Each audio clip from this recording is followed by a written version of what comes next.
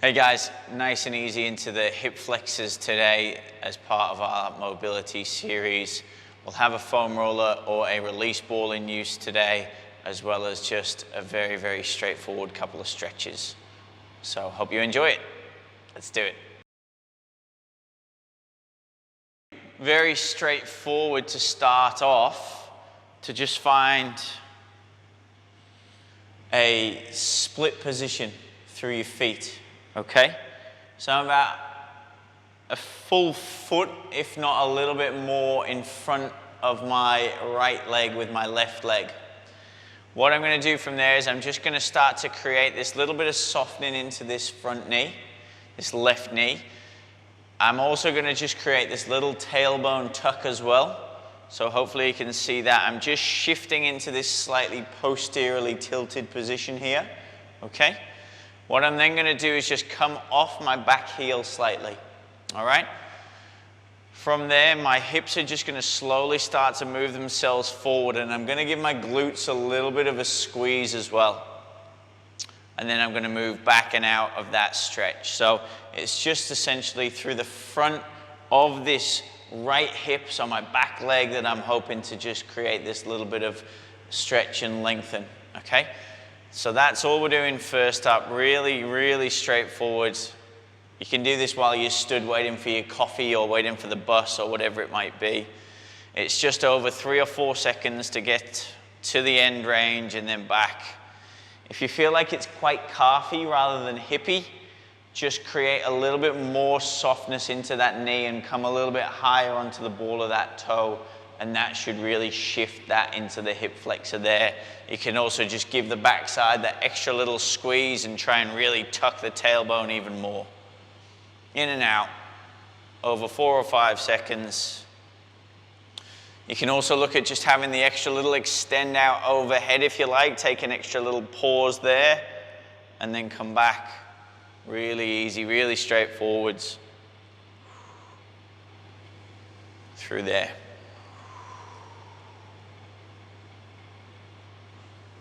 Lovely stuff.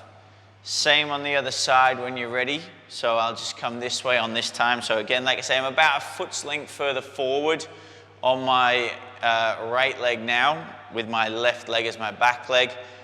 Again, it's the little tuck with the tailbone, the softening from the front knee, the elevation onto the back toes, and the softening in the back knee that's going to allow me to stretch into this left leg, this back leg's hip flexor.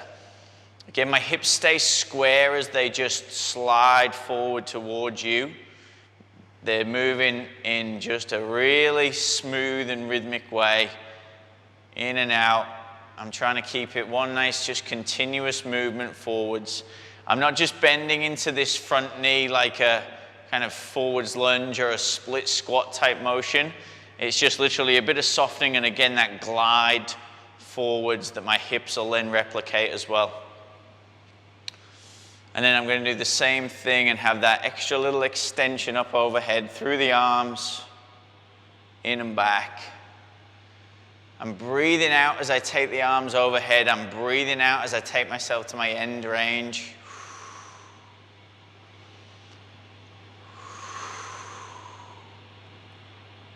Lovely.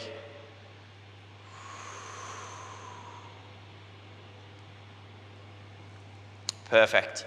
So if you've got a ball, you can grab the ball here and we're going to work into the front of the hips. If you're going to use a roller, which is my preference on this one, then all we're going to essentially do is get across again that crease of the hip area. All right? So I'm just going to take myself down to the floor. I'm going to set myself on the edge of my roller so that I've got this whole extra bit of space for the left side of my body.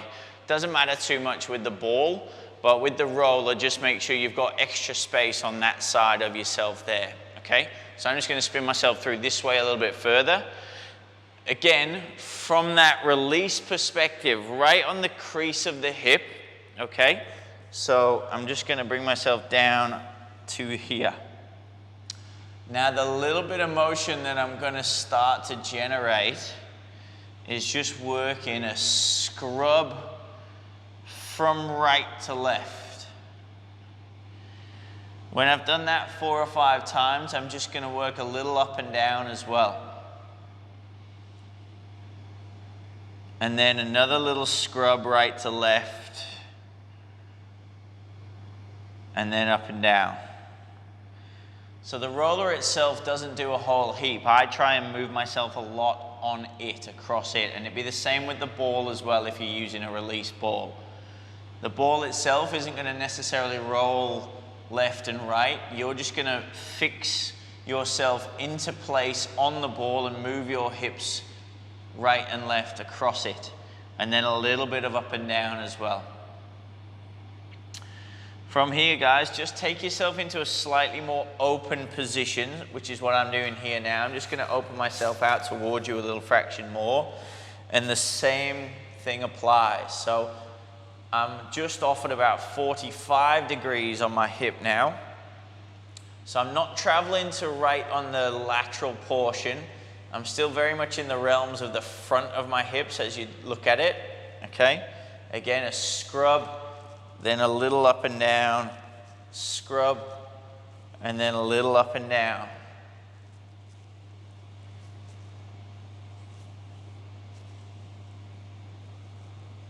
If you're finding that it is incredibly uncomfortable, that, because it's something that we haven't done in a long time, or something that we haven't ever done, then just bring it back so it's only a sort of 6 out of 10 on that discomfort level.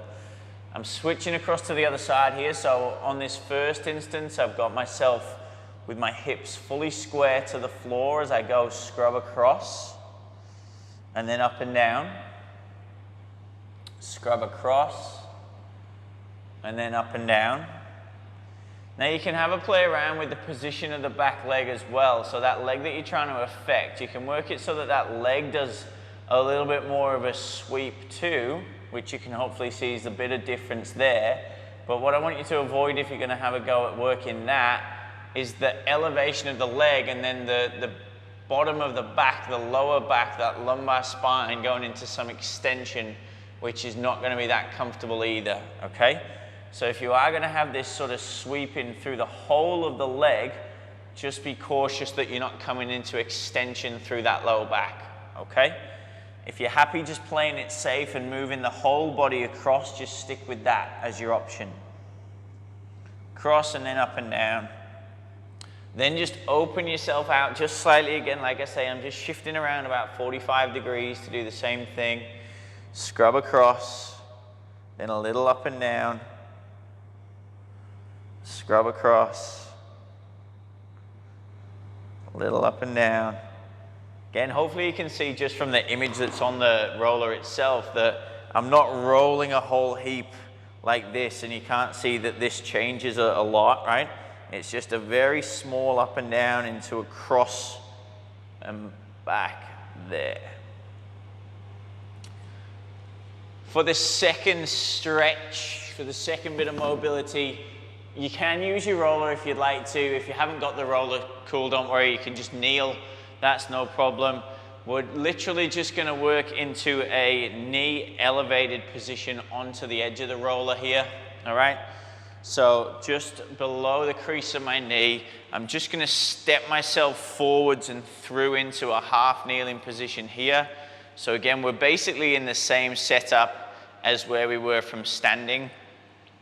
Now all I want you to do again is just that elevation up overhead, which again will work just as nicely if you're not on the roller and you're in here, that's totally fine. Then when you've worked in through there and you've got that little tailbone tuck and you've got that overhead extension and you're feeling that stretch into the front of the hips, just shift towards that front leg side. So I'm now, with my left leg forward, I'm just moving into my left hip a little bit and then coming back and then coming out. So I come forwards into that stretch, then I take that slight shift over to my left side and then come out. I'm breathing out to get me there and back. And then from there we'll change to your other side.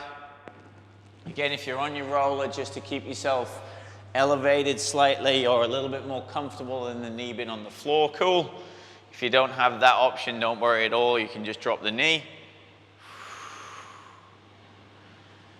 Again, I'm on my right leg as my front leg now, so all I'm going to do is just slightly shift my hips to the right and then come back. Imagine that you're just kicking that front thigh bone out to the side and then draw back. Perfect.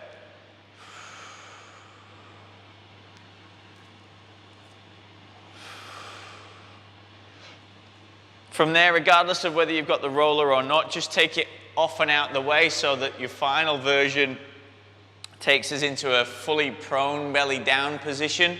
So what I'm going to do, same sort of setup, I'm just going to bring both my hands on the inside of my left foot here. And from there, all I'm going to do is just elevate through my back knee and let my hips lower down towards the floor a little bit further and let my chest have a slight lift. Okay? Again, cautious on doing too much extension into that lumbar spine and coming right the way up here. Just try and keep it so that your spine from the back of your head to your tailbone is nice and neutral, if not slightly tucked under with your tailbone. Okay? Again, all I'm doing to come out of that is dropping my knee to the floor to take a little reset, then back up again, and out. Last one. And out. And then take your time in changing off to the other side. So again, hands will be on the inside of the front foot. The back knee will start on the floor. All it is that little point of the back toes to lift the back knee, a little lift of the chest, but not to the point where you're coming into a big extension through the spine. Breath out as you raise that back knee, little extra drive and tuck under with the tailbone. Reset, last one.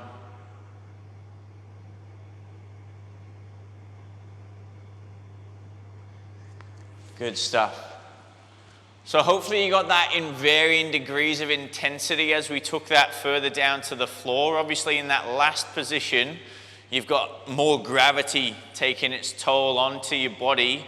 So it should have been the deepest, most intense of those three, from that standing to kneeling to that belly down position.